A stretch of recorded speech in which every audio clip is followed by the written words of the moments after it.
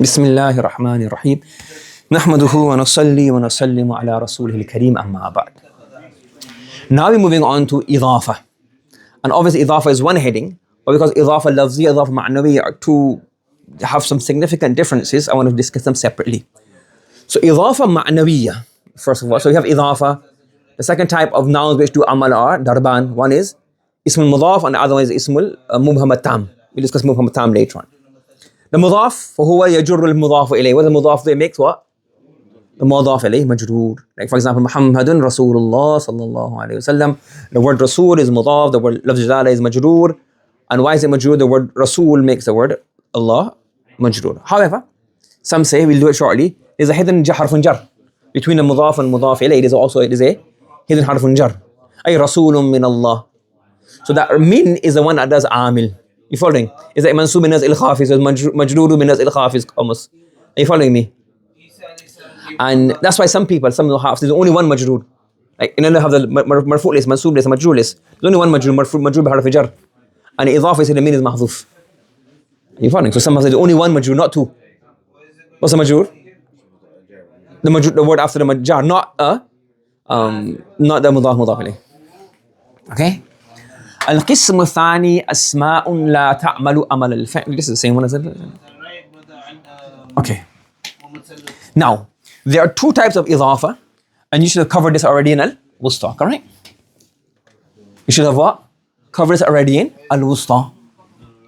إضافة معنوية is the real إضافة, meaning it shows ownership, connection, link, relationship, the wing of the plane, the mouse of the keyboard, the student of the class, the teacher's hands. Yes, all these are مضاف إليه, has ownership or relationship or link. It's called إضافة معنى. So إضافة معنوية وهو ما كان المضاف اسما لا يعمل عمل الفعل. Yes, this is a مضاف which is an ism which doesn't do عمل in the معمول. Like it doesn't do عمل of a فعل. Like كتاب, قلم, right? And it's called إضافة محضة. محضة means what? Pure. It's a pure مضاف, meaning it's actually مضاف إليه in terms of the meaning that it gives. And the other one is إضافة لفظية. That's the next section inshallah. So now تقدر في الإضافة المعنوية. When we have إضافة معنوية, we're going to have, remember we mentioned before, the حرف الجر محذوف. So what حرف الجر محذوف? Either لام, min or في. You have what? لام, min or في. اللام, for example, Rasulullah. So when you have the لام محذوف, it shows that the مضاف إليه has milk, ownership of the مضاف, or is very specific to it. So for example, I don't want to use that example. The Kitabullah. Yeah, give that example. Rasulullah. So Allah is Malik al-Mulk. He owns everything. So he has milk over the Rasul. That's one way of saying it. Or we can say, for example, Safhatul Kitab. Safhatul Kitab. Obviously, Safhat Kitab doesn't have ownership, does it? Or is it ikhtisas? This book, this page belongs to the book. The page belongs to the book. So in this situation, what happens? The إضافة is for اختصاص, correct? Acha. You can also have min. Sorry. Sorry, what do you say اختصاص was? Speciality, to be specific for, to be owned by someone only. Yes? Okay. So it's specific for, it's only for the book. If you have the word min, then the mudaf is a part of the mudaf ilayh. For example, so in here, like, even here, even half from here, صفحة من الكتاب. The example they give in the book, we say here, جل الفرس. جل الفرس. Because it will have a contradiction with that one. What does جل الفرس mean? The saddle of the horse. Meaning the saddle is used specifically for the horse. The horse doesn't have milkiyah. So it's a saddle, it belongs to the horse, used for the horse. And in this one, so جل is not part of the faras, it's separate, isn't it? The example I gave was slightly incorrect because Safhatun min al-kitab, the Safha is a part of the book, isn't it? So here we work here. Safhatun min al-kitab. What does this mean? Safhatul kitab, min is mahdhuf. Why? Because Safha is a part of the book. So ayatul Quran means what? Ayatun min al-Quran. So the mudaf is a part of the mudaf ilayh. Are you following me? So you can have the lam mahdhuf, or you can have the min mahdhuf, and then you can have the fi mahdhuf.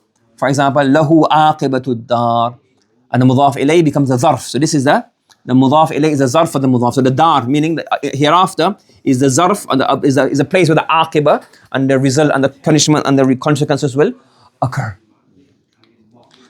Somebody will say, how do you know it's mahdhuf? Where do you make it mahdhuf from? You realize it when you have what? Nakira. Remember we had in the FSU Arabic, we said, oh, like, mudaf ilayh ghayr sarih. It's like, this is what it is. Because it's actually, for example, if I say, this is the messenger of Allah. What we say here? So we said, jullul faras. So now we know, faras is ma'rifah, isn't it? So jullu also becomes ma'rifah. Let's say the horse has many saddles. And I said, just give me any saddle of the horse. I would say, jullun lil faras. So any of the saddles that belong to the horse, get me one of them. And if I said, qara'tu ayat al-kitab, I read the ayah of the book, okay? But let's say I read just some verse of the Quran. Have you read some ayah of the Quran today? I said, hal qara'ta ayatin min al-Quran? In nakira form, the min comes back. And lahu aqibatun, for example, you say here, majlisul jum'ah. The majlisul jum'ah. You have, for example, a dars on the day of Jum'ah. You say, majlisun fi yawmil jum'ah. The word fi is back. So if it's ma'rifah majlis, is it dars? Then it becomes nakira. So you say, majlisun fi yawmil jum'ah. So when you make a nakira, the harfun jar comes back. That's how we know the mahdhuf and muqaddar. You following? What's the purpose of idafa? Mahdha and ma'nawiyya. If the mudaf ilayh is ma'rifah, then the mudaf becomes ma'rifah. If the mudaf ilayh is nakira, then the mudaf becomes nakira makhsusa. Becomes takhsis. Are you following? So already came in wusta. I don't need to go through this again. Acha. Now we're saying here, this is what we're saying. إِذَا إِنْ كَانَ الْمُضَافُ إِلَيْهِ مَعْرِفَةً وَالْمُضَافُ نَكِرَةً وَجَبَ ذِكْرُ الْحَرْفِ الْمُقَدَّرِ. As I mentioned before. If the mudaf is ma'rifah, nakira, and the mudaf ilayh is ma'rifah, then what do we have to do? We have to bring back the harfun jar. For example, بِأَخٍ لَكُمْ, a brother of yours. وَآيَةٍ مِّنْ آيَاتِ رَبِّهِمْ, a sign of your Lord's signs. If it was ma'rifah, I would say, آيَةُ رَبِّهِمْ. And then the min comes back. بِأَخِيكُمْ, ma'rifah, أَخِيكُمْ. That's ma'rifah. بِأَخٍ لَكُمْ, that becomes nakira. Is that clear? Achha. However, in i'rab, when you bring the harfun jar back, to make it easier for the students, or what I try to do by mudafun ilayh ghayr sarih is to say, well, just translate it as mudaf ilayh. But in i'rab, I can't change the books, but in i'rab, when you see the i'rab of Quran or you see any of the books, it'll be zarfun mustaqal becomes a nat. So akhin, it's a bit like in terms of i'rab, it's funny. Akhikum is mudaf ilayh, but akhin lakum becomes nat. So that's why I said, like, when translating becomes difficult for us. But in essence, they make it a nat. So in Turkey, you have to call it a nat. But in ma'na, we call it a mudaf ilayh in ma'na. So a brother of yours. In English, it's easy. Say a brother. A brother of yours. Yes? Or so your brother, ma'rifah. Or the brother of yours. And a brother of yours. Okay. And this is what in some places in the book we call mudaf ilayh ghayr sarih.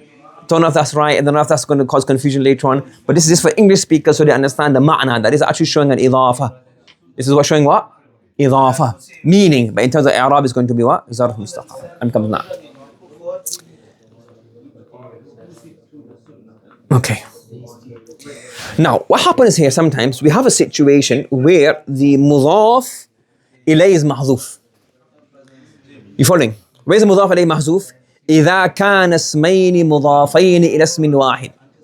If you have two nouns mudaf to a single noun. Are you following? Let's say, for example, I say in English, your brother and your father came. Your brother and father came. So who's the link to you? And then the mudaf to akhuka abuka.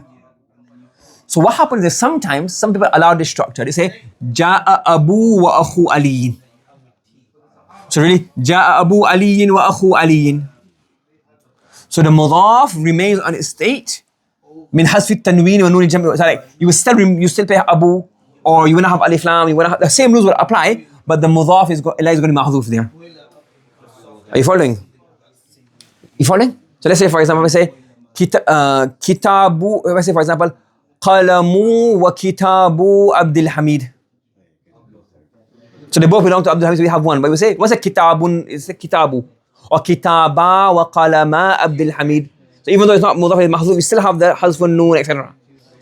But the more classical structure that we find is this one. Ja'a Abu Aliyin wa akhuhu. You would bring the first word mudaf ilayhi mentioned, and then the other you bring a zamir. So say for example, qalama Abdul Hamidi wa kitabahu. This is more common. Are you following? Does that make sense? So, but you do find this more in modern structure. It's a bit more modern. It's a bit more modern structure. But I have seen grammarians, I mean, how authentic they are, what can they verify. But I've seen many places where people said this is permissible, and the taqdeer of, even some older books, but I think I've seen it. They said this is permissible. But this is more, you will see the uslub. You want to find this uslub. I've never seen it in hadith or Quran. It doesn't come with Quran, as far as I can know. And hadith, I don't see the structure. Even classical books mainly have the second structure. Yes? Okay. Another place where mudaf ilayhi is mahzuf is when the mudaf is al-jihatu sit.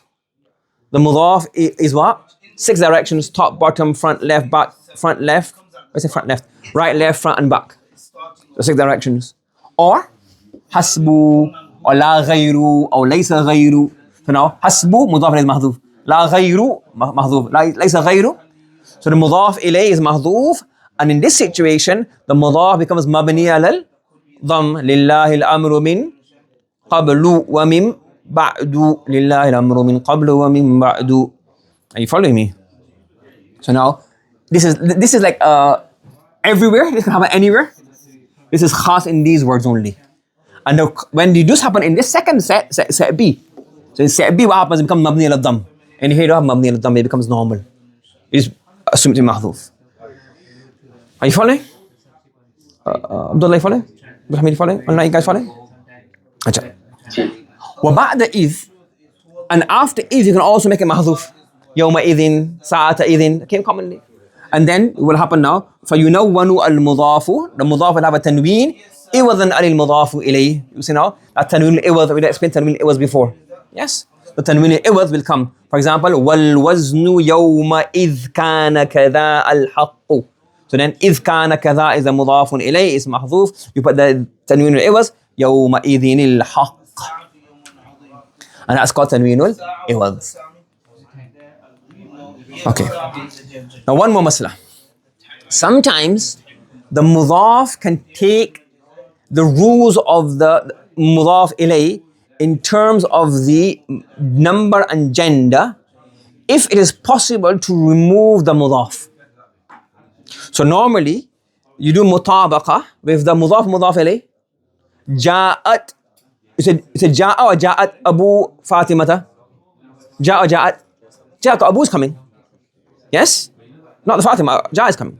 However, some idafa structures, the mudaf is not very, very independent. So in there you can say, well, bring the mu'annas meaning from the mudaf ilayh. Like, وَتَضَعُ كُلُّ ذَاتِ حَمْلٍ. حمل has مفعول به. Now, what's mudaf in here? وَتَضَعُ كُلُّ. كُلُّ is مذكر in lafz or معنى. In lafz is مذكر مؤنث. مذكر. But is the kullu mustaghni? Like, if you say تَضَعُ ذَاتُ حَمْلٍ حَمْلَهَا, would it make sense? If you say تَضَعُ the kullu and I say تَضَعُ ذَاتُ حَمْلٍ حَمْلَهَا, would that kind of make some kind of sense? It's not like, but if I say طَافَ الْأُمُّ and I say طَافَ ابن الأم, completely gone wrong. So when you have like kullu ba'du, they're not actually the fa'il, or they're not actually the thing. It's like a describe, this like almost like a nat, isn't it? Really, ma'na. So in that situation, if you say tada'u, you say ja'at ba'du nisa. Ba'du the fa'il, ba'id muzakkar. But you're allowed to do it in kullu, ba'du, etc. So because why? It's salihan lil-istighna lil-mudaf. Meaning, you can remove the mudaf and the meaning wouldn't go haywire. Obviously, the kullun meaning, the ba'dun meaning will go, but you still know that idhatu hamlin on the day of qiyamah her pregnancy will be aborted. And you still get the idea. But if you say taf al-ummu instead of taf al-ibnu, the whole masala changes. The ummu passed away 10 years ago. Are you following me? So because in that situation, you can't have it, you can't remove the mudafun. You can't say tafat here. You can't say tafat.